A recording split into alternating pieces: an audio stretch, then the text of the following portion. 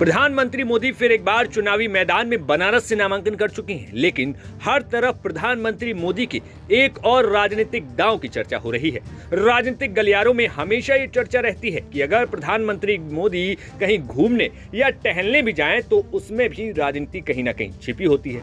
चाहे लक्षद्वीप में पीएम मोदी की तस्वीरों को ही आप देख लीजिए। तो आज नामांकन के समय भी कुछ ऐसा ही हुआ, जब प्रधानमंत्री मोदी के चुनावी प्रस्तावकों के तौर पर वो चेहरे नजर आए जिन्हें सामाजिक समीकरण से देखें, चाहे पार्टी के कैडर और कार्यकर्ताओं के तौर पर। दरअसल प्रधानमंत्री मोदी के प्रस्तावक के तौर पर जिन 4 लोगों को बुलाया गया, उनमें 4 प्रस्तावक पंडित गणेश्वर शास्त्री, बैजनाथ पटेल, लालचंद्र कुशवाहा और संजय सोनकर थे। दरअसल प्रधानमंत्री मोदी ने मंगलवार को बनारस लोकसभा क्षेत्र से अपना नामांकन भरा।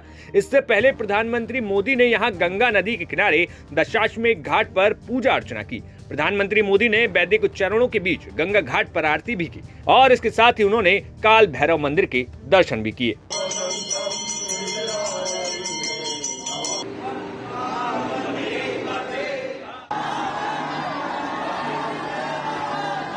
काल भैरव के दर्शन के बाद प्रधानमंत्री मोदी सीधे कलेक्ट्रेट पहुंचे और नामांकन दाखिल किया। यहां प्रधानमंत्री मोदी के 4 प्रस्तावक भी तैयार थे, जिनमें पंडित गणेश शास्त्री, बैजनाथ पटेल, लालचंद कुशवाहा और संजय सोनकर वहां पर उस वक्त मौजूद दिखे।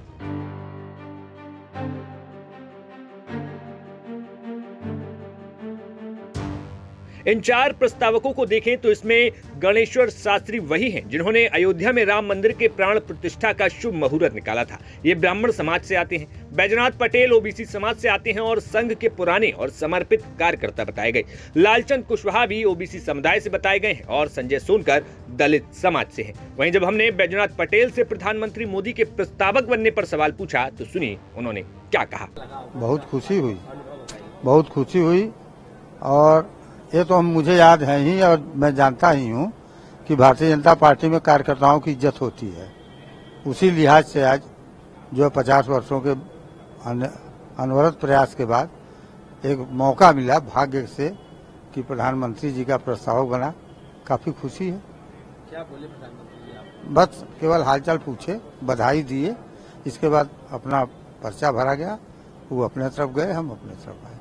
है कि आप लोग इतने हाँ, खुशी है, एकदम खुशी है।